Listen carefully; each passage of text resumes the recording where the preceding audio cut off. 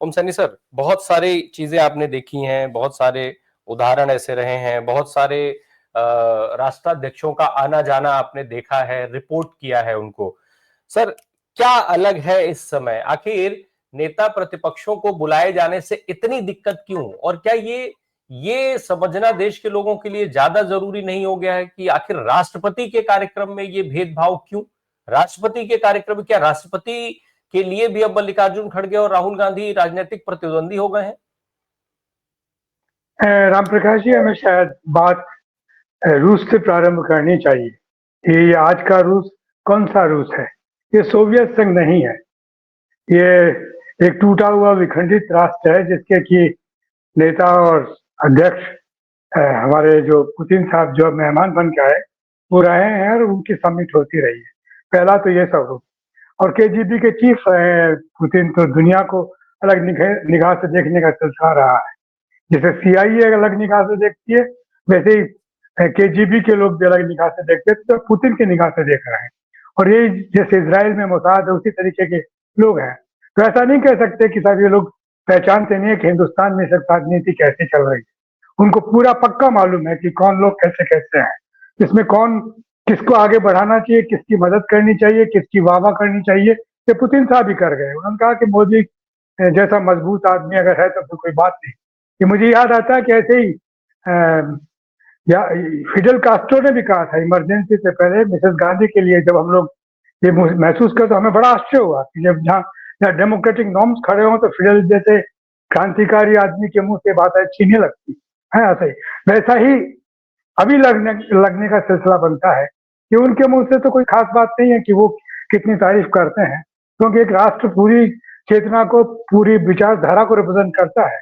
तो रूस की विचारधारा और रूस का एटीट्यूड बहुत डिफरेंट है आज की तारीख में, वैसा नहीं है जैसे पहले हुआ करता था।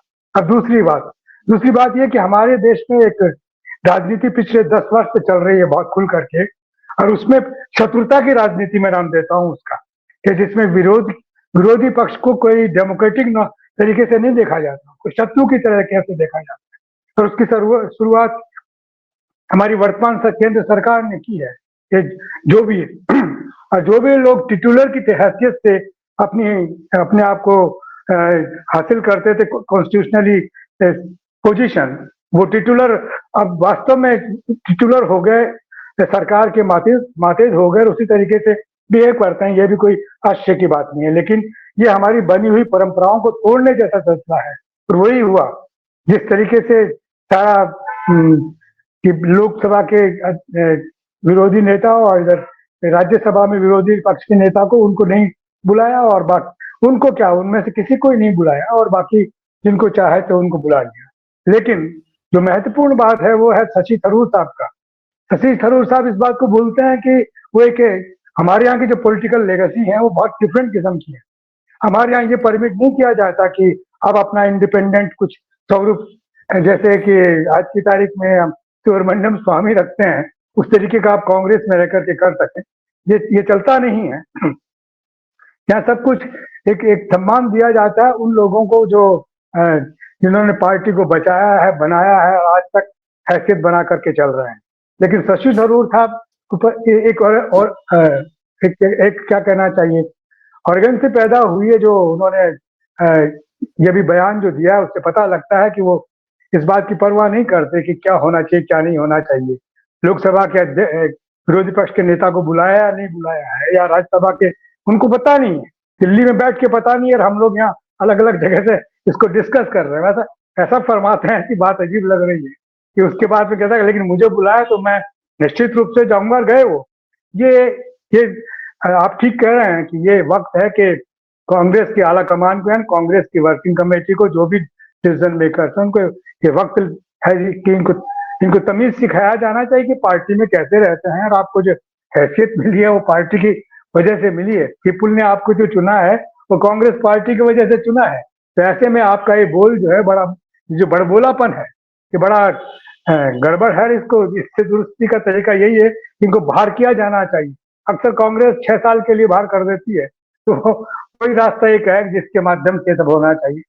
रहा सा हाल ये जैसा पूरा आगमन हुआ है और ये सारी बातें इनसे विस्तार में बाद में बात की जाती है। जी ओम सैनी सर, ये पुतिन साहब का दौरा, और या हो पुतिन साहब का दौरा हो या किसी का भी, कोई भी मौका, भारतीय जनता पार्टी की सरकार, नरेंद्र मोदी जी, अमित शाह साहब, ये सारे लोग कोई ऐसा मौका चूकना नहीं चाहते जहां पर वो विपक्ष को नीचा दिखा सके। लेकिन नीचे दिखाते दिखाते जो भारत की परंपराएं रही हैं, उन परंपराओं को खत्म करने से क्या लाभ होगा? आज मान लीजिए, चलिए मोदी जी 2047 तक सरकार में है, हो सकता है 2057 तक रहे, हो सकता है 2067 तक रहे, 2077 तक रहे, कभी तो सत्ता परिवर्तन होगा इस देश में। अगर होगा, अगर अगर होता है सत्ता परिवर्तन या नेता बदले जाते हैं, तमाम चीजें होती हैं, तो ऐसे में यही व्यवहार जब उनके साथ हो, या जिस राज्य में अगर इनकी सरकारें नहीं है वहां पर कांग्रेस या किसी दूसरी पार्टी की सरकारें हैं, वहां पर तमाम परंपराओं में अगर वो सरकारें भी यही हरकत करने लग जाएं, तो क्या होगा?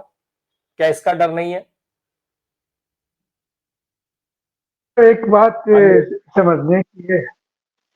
जी जी जी जी, ठीक है एक ठीक है। बात सम, एक बात समझने की है कि भारतीय जनता पार्टी ने या एनडीए ने जो अपना पूरा कार्यक्रम बना रखा है, उसमें कांग्रेस को या जितनी भी धर्मनिरपेक्ष ताकतें हैं, उनको डिसोसिएट करके और सारा शासन जो है वो एक उनके मुताबिक उनका जो राष्ट्रवाद है उसके माध्यम से गवर्न करना चाहते हैं।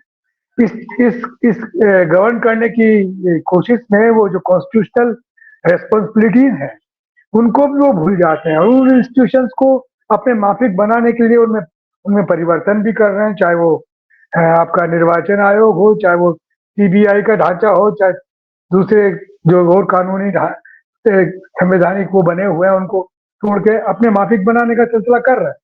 और यही हाल करते करते उन्होंने प्रेसिडेंट और वाइस प्रेसिडेंट भी उसी तरीके से निर्वाचित करवाने का सिलसिला किया है जो उनकी मान्यताओं को रिकॉग्नाइज करता हो, जो ऐतराज ना करता हो। आपने जगदीप धनखड़ को देखा ही है कि उनके वो किस कदर सेवा में लगे थे और कैसे उनको दुत्कार दिया गया। बाकी अभी हमारे वर्तमान राष्ट्रपति हैं, वो कितना समझती हैं इन सब बातों को मुझे नहीं मालूम, लेकिन कॉन्स्टिट्यूशन उनको बड़ा सम्मान देता है। हमारे राष्ट्रपति का जो सारे सारे कामकाज राष्ट्रपति के माध्यम से होते हैं, और दिखावे के लिए सही कि हमारे जो बाकी लोग हैं चाहे कितने ही पावरफुल हों, लेकिन वो उस जगह पर कभी भी हस्तक्षेप नहीं करते जहां राष्ट्रपति की प्रमुखता दिखनी चाहिए। लेकिन मोदी जी ने ये पता नहीं किस तरीके से क्यों किया है, और इसके इसके नतीजे कैसे निकलेंगे, तो पूरी दुनिया में भी चला गया ना कि भारत का जो प्रजातांत्रिक ढांचा है वो कैसा बनता जा रहा है। अब वहाँ राष्ट्रपति की क्या हैसियत है, अब वहाँ वाइस प्रेसिडेंट की क्या हैसियत है, अब वहाँ विपक्ष के नेता की क्या हैसियत है, अब वहां पर जो सदन है उनका क्या सिलसिला है, कैसे चले कैसे नहीं चले, ये सारा तोड़ने का सिलसिला जिन पे ऐतराज किया जाना चाहिए।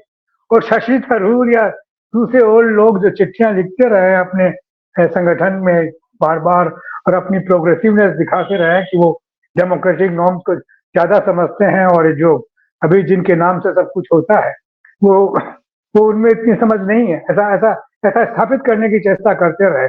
और इन लोगों ने जैसे अपने आप को थोड़ा सा डिसोसिएट होते हुए देखा, थोड़ा सा नीचे जाते हुए देखा, तुरंत उस गोद में जा बैठे जहां की आलोचना ये लोग कर रहे थे पहले। तो ऐसे लोगों को कांग्रेस को सबक देना चाहिए, कांग्रेस को अपना संगठन संभालना चाहिए। और अब बड़ा बड़ा हाई टाइम है ये कि अब तत्काल ये सब सिलसिले हों, क्योंकि कांग्रेस इस वक्त देश की धर्मनिरपेक्ष ताकतों को रिप्रेजेंट कर रही है, डेमोक्रेटिक नॉर्म्स को रिप्रेजेंट कर रही है, कॉन्स्टिट्यूशन को रिप्रेजेंट कर रही है।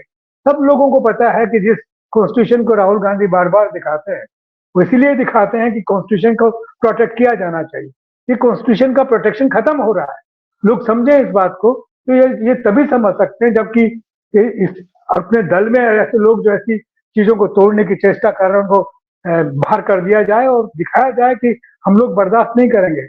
बाहरी लोगों को नहीं कर रहे हैं तो फिर अपनी पार्टी के लोगों को क्यों कर रहे हैं? उनको बिल्कुल तत्काल उनको दंडित किया जाना चाहिए। और रहा था हाल केरल की पॉलिटिक्स का, केरल की पॉलिटिक्स मैं पिछले 50-60 बरस से देख रहा हूँ, जब पहली इलेक्टेड गवर्नमेंट आई तब से दे आर प्रोग्रेसिव पीपुल है। वो इस मायने में प्रोग्रेसिव है कि वो थरूर को वोट नहीं किया उन्होंने धर्मनिरपेक्ष ताकतों के रिप्रेजेंटेटिव को, एक डेमोक्रेटिक पार्टी के रिप्रेजेंटेटिव को वो किया है। अगर ये गलतफहमी है तो सचमुच आपने जो हेडिंग लगाया है श्रीधरन बना देंगे लोग वहां पर।